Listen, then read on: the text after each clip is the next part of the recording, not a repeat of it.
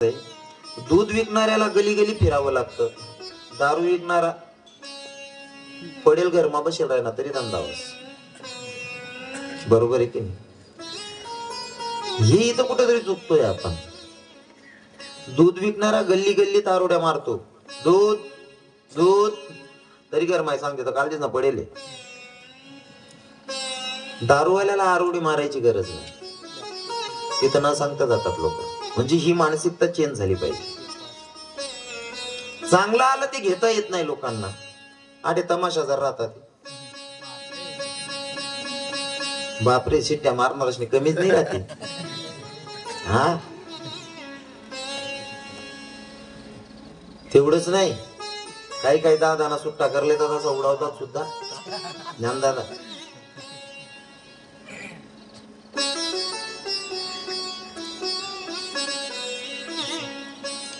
कीर्तन आणि कथेची मर्यादा सांगेल. राजे छत्रपती शिवराय समोर बसले. तरुण भाऊ तुम्ही जे आलेले त्यांना मला काही सांगायचं नाही, मी तो धन्यवाद मानतो त्यांचे. आणि माझे संत जे परमार्थ करतात त्या लेकरांच्या मायबापाला धन्यता देतात, धन्य माता पिता याचे. तुम्ही आपण कीर्तन आणि कथा ऐकतो, यात काही नवीन नाही. कीर्तन करावं तुकोबारायांनी, कीर्तन करावं माझ्या तुकोबारायांनी, आणि कीर्तनात येऊन बसावं राजे छत्रपती शिवरायांनी. ही माझी धर्माची शिकवण आहे. कारण इथं संस्कार दिले जातात, सांगितलं जातं. ही एक शाळा आहे संस्कारांची, आणि इथं आलं पाहिजे. पण काय कोणास ठाऊक नेमकं असं आहे, चांगलं लोकांना पचत नाही. असो,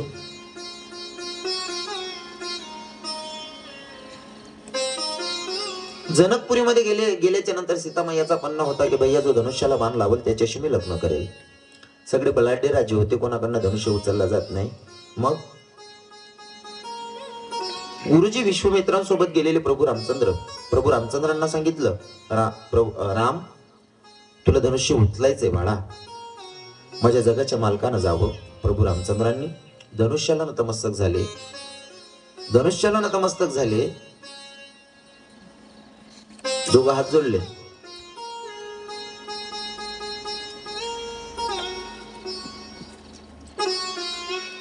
बरोबर आहे बेटा, हुशार आहेस.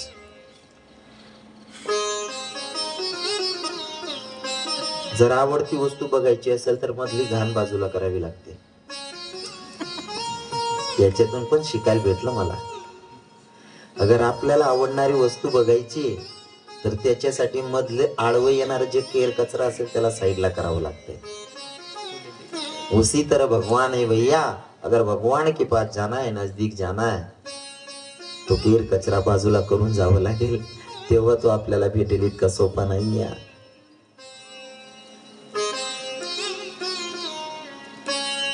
हुशार आहे मस्त. म्हणजे हे मला पण शिकायला भेटलं तुझ्या साधा वागण्यानं. जरी का कथाकाराचं तोंड बघायचं असेल त्याच्यासाठी तुम्हाला कुंडी बाहेर ठेवावी लागत असेल, तर जगाच्या मालकाला भेटण्यासाठी काय काय बाहेर ठेवावं लागत असेल कल्पना करा ना. आहे की नाही?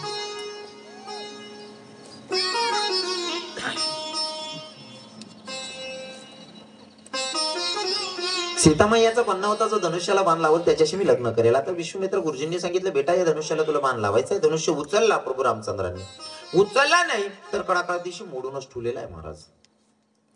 धनुष्यबाण कडाकडा दिशी मोडून ठेवलेला आहे. आता जास्त विषय लांबवायचा नाही मला.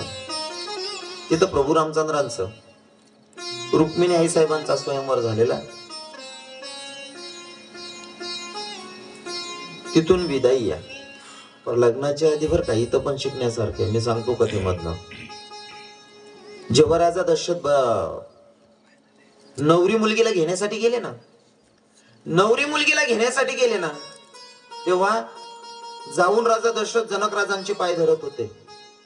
जनक राजांना सांगितलं, हो तुम्ही वर पक्षवाले आहात, तुम्ही माझे पाया पडतात, तो पाप लागेल, मी मुलगीचा बाप आहे, माझे पाय धरू नका.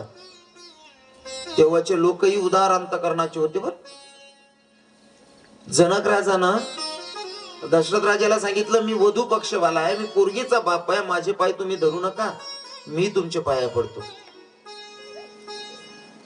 दशरथ राजा म्हणतात, तुम्ही पाया पडू नका, पाया तर मी पडणार आहे.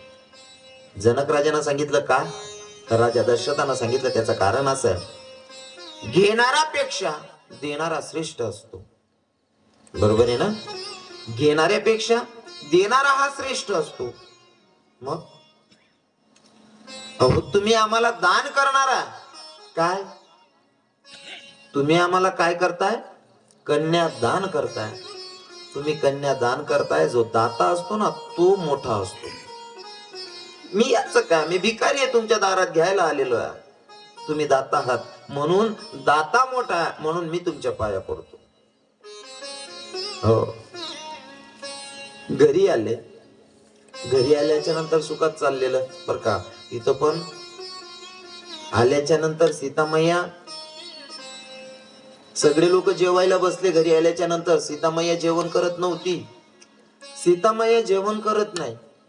राजा दशरथाचं लक्ष होतं, सगळे सुनबाई जेवतायत, माझ्या ती पत्नी जेवतायत, माझी मुलं जेवतायत, माझी मोठी सून काहून जेवत नाही. बेटा सीते, तू का नाही जेवण करत बेटी? काय झालं? ती आदिशक्तीचा अवतार आहे. ती म्हणते, बाबा मी जेवू शकत नाही आपल्या घरात. का बेटा? आपल्या घराला बाल हत्येचं पाप आहे. काय सांगितलं? आपल्या घरातलं मी खाऊ शकत नाही, आपल्या घरात बाल हत्येचं पाप आहे. मग बेटा काय करावं लागेल? बाबा जर हे बाल हत्येचं पाप धुवायचं असेल तर असा कोणता ब्राह्मण बघा की ज्यानं कोणाच्या घरचं अन्न खाल्लेलं नसेल, असा ब्राह्मण बघा आणि त्याच्या हाताकन ती विधी करा, तेव्हा आपलं पाप धुतलं जाईल आणि मग मी या घरातलं अन्न सेवन करू शकेल.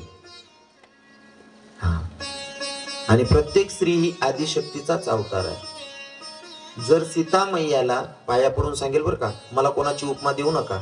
काही काही लोक जेव्हा पॉइंट येतो ना, जर बोलायचं गेलं, हो आमना रविकरण महाराज, इंदोरीकर महाराज नाही बोलायला लागले, मी पाया पडून सांगेल इंदोरीकर बाबा त्यांच्या जागेवरती खूप ग्रेट आहेत, त्यांची जागा माझ्यासारख्या बालकांना काय घ्यावी.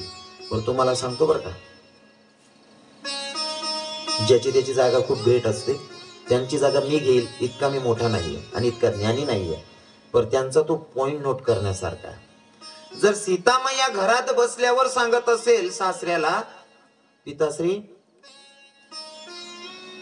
आपल्या घराला बाल हत्येचं पाप आहे, काहीच माहित नव्हतं सीतामैयाला राजा दशरथाकडनं श्रावण बारा मारला गेला म्हणून, तरी न बघता सांगू शकते घरात आल्यावर, ही या आदिशक्तीची ताकद आहे. महाराज सीता जर एवढं सांगू शकत असेल,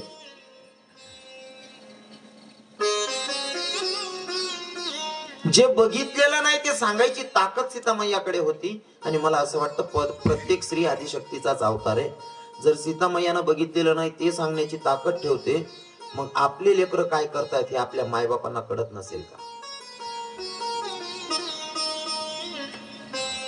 करते ना माझं म्हणणं. सीतामैयानं काय नाही बघितलं तरी सांगू शकते काय झालं. आपल्या समोर आपले लेकरं राहतात, ते मायबापांना कळत नसेल का? मायांना कळत नसेल का? तुम्ही सुद्धा एक आदिशक्तीचाच अवतार आहे माया हो. तुमचा अधिकार लय मोठा आहे.